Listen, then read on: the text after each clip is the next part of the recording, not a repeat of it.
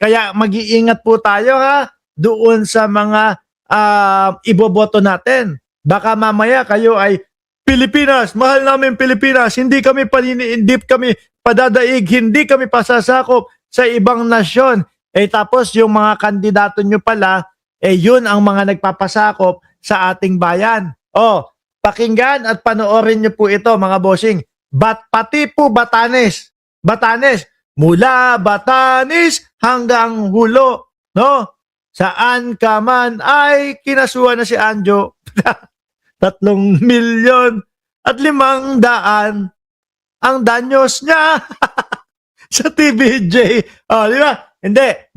Opo, Batanes, nasa itaas ng Pilipinas, inaangkin na din po ng China, mga kababayan. Panoorin po natin. What they say is that the Batanes Islands are a natural extension of Taiwan. Ibinunyag ng Maritime Monitoring Group na SEALAC sa West Philippine Sea Summit na may Chinese experts na nagsabi umano na natural geographical extension ng Taiwan ang Batanes. Ayun. Diyan po, sa ganyan po sila nag-uumpisa, mga kababayan, ang China.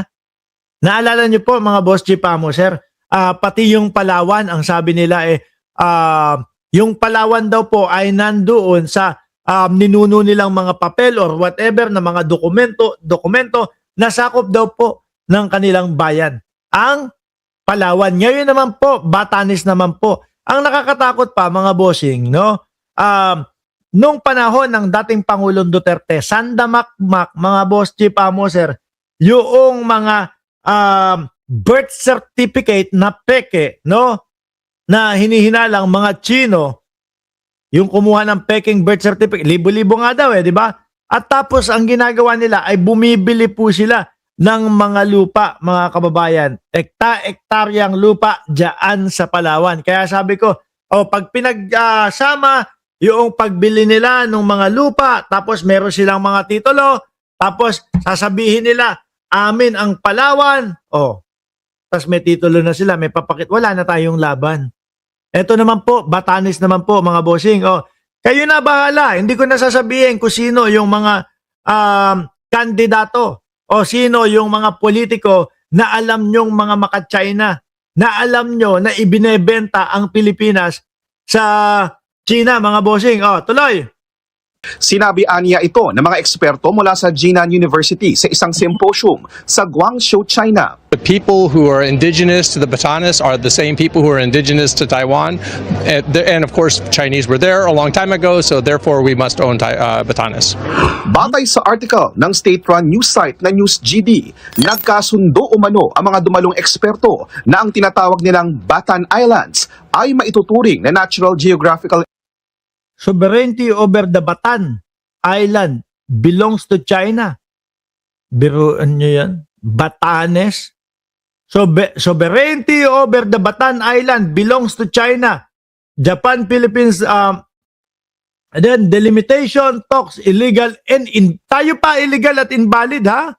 extension of Taiwan.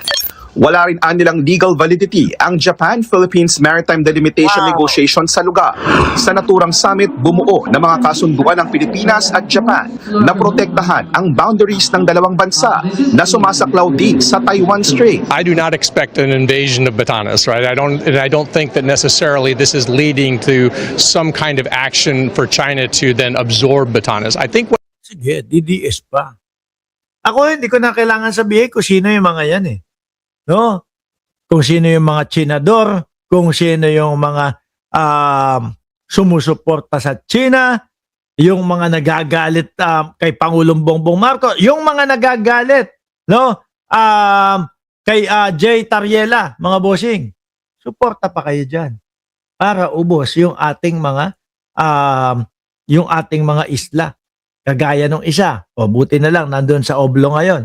I-give up ang KIG, Kalayaan Island Group, na meron pong mga Pilipino na nakatira doon, meron pong barangay tanod, meron mga mayor, may vice mayor, meron kompletos recados, meron tayong bandila na nakaturok doon o nakatayo doon at kinakantahan ng lupang hinirang ng mga kababayan natin. Tapos sasabihin, i-give up ang KIG?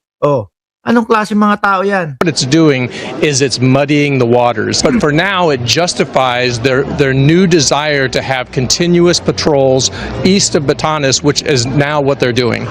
Inalmahan ng Pilipinas ang pahayag ng Chinese experts. I view this as once more, probably it's a signaling of a preconceived intention already. Hindi rin malayo na nasa Kumbaga, ibe-brainwash nila eh. No, yung mga taong nakapaligid sa kanila, yung namamagitan diyan sa Pilipinas, China, be-brainwash din nila yung mga Pilipino, no? Sabi ni ina mo, sumpain niyang China na yan. Hayop na bansa na yan. Grabe, pagkalaki-laki na ng China, ano? Pero gusto pa nilang mangagaw ng teritoryo ho, mga kababayan. Imagine, tingin nyo na lang po, kung si dating Pangulong Duterte pa din ang nakaupo bilang presidente ng Pilipinas. Ano ang sa tingin ninyo ang mangyayari o ang nangyari doon sa West Philippine Sea? Ano sa tingin ninyo ang mangyari doon sa Palawan? Lalong-lalo na ito, latest na inaagaw o inaangkin ng China, ang Batanes. Ano sa tingin nyo ang mangyayari dyan? Kaya ho ako, mga kababayan, ako'y nagagalak, natutuwa at masaya. Bakit po? Dahil isang Bongbong Marcos ang naupo bilang presidente pagkatapos ng dating Pangulo. Ano po? At hindi yung Sara Duterte. Kung nagkapalit po yung posisyon, Vice Presidente si Pangulong Bongbong Marcos at si Sara Duterte ay presidente. Nako, malamang probinsya tayo ng China. Bakit hindi? Nakita nyo nga po, walang kaimik-imik at hindi nagsasalita patungkol doon sa West Philippine Sea. Kakampihan pa ni Pulong Duterte. Hindi trabaho ng Vice Presidente ang magsalita o ang magkomento para sa West Philippine Sea. O di ho ba, mga kababayan? Hindi lang West Philippine Sea, buong Philippines, goodbye na. Malamang po yan. O, tuloy. plano nila yan. And it also validates yung sinasabi natin na they have the plan to control the whole Pacific Ocean. What is this for, right? And we know, walang basihan ito, kalokohan ito. We should really debunk and counter all these lies. Otherwise, kapag O, naalala nyo kung sino-sino yung mga umaaway dito kay Jay Tariela. O, kayo na bahalang magpangalan dyan sa comment section. No? hindi natin pinatulan itong mga ganitong kasinungalingan, uulit-ulitin lang nila and they're going to rewrite history once again. Correct. Baka hindi natin alam, baka pati Ilog Pasig ang kinin na rin ng China.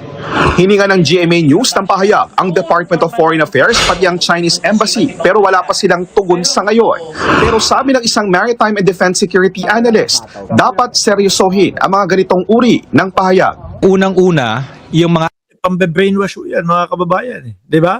Mga bobong mga DDS lang naman ang laging mga nauuto, mga bossing. academics na yan, no, tsaka yung institution na yan, hindi nila makukondak yung symposium na yan at yung tema na yan kung layang, of course, approval mula sa Communist Party of China.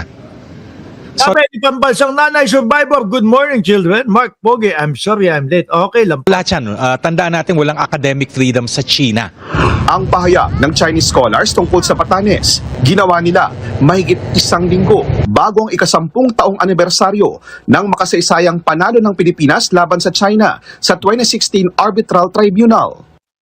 Inupuan lang ho ni Digong yun. No? Sakto ho sana yun. Sayang iyon, mga kababayan. Bakit po? Kung ipinangalandakan ng dating Pangulong Duterte yung pagkakapanalo natin doon sa arbitral ruling po, mga bossing, malamang po mas lalong malakas at mas lalong madaming mga bansa ang kakampi sa atin. Kaya lang, ano ang sabi nung dating Pangulong Duterte? Papel lang daw ho yan, mga kababayan. Di ba? Papel lang daw ho yan. Binaliwala. Tapos ang lakas-lakas magsalita na duwag, takot, or hindi matapang ang ating Presidente Marcos. Sino po ba ngayon ang lumalaban? No? Dito sa ating karapatan, lalong-lalo na po sa ating mga isla. Si Pangulong Marcos. Yung mga Duterte, wala. Dahil alam natin, tuta ng China ay yung mga Duterte, mga bossing.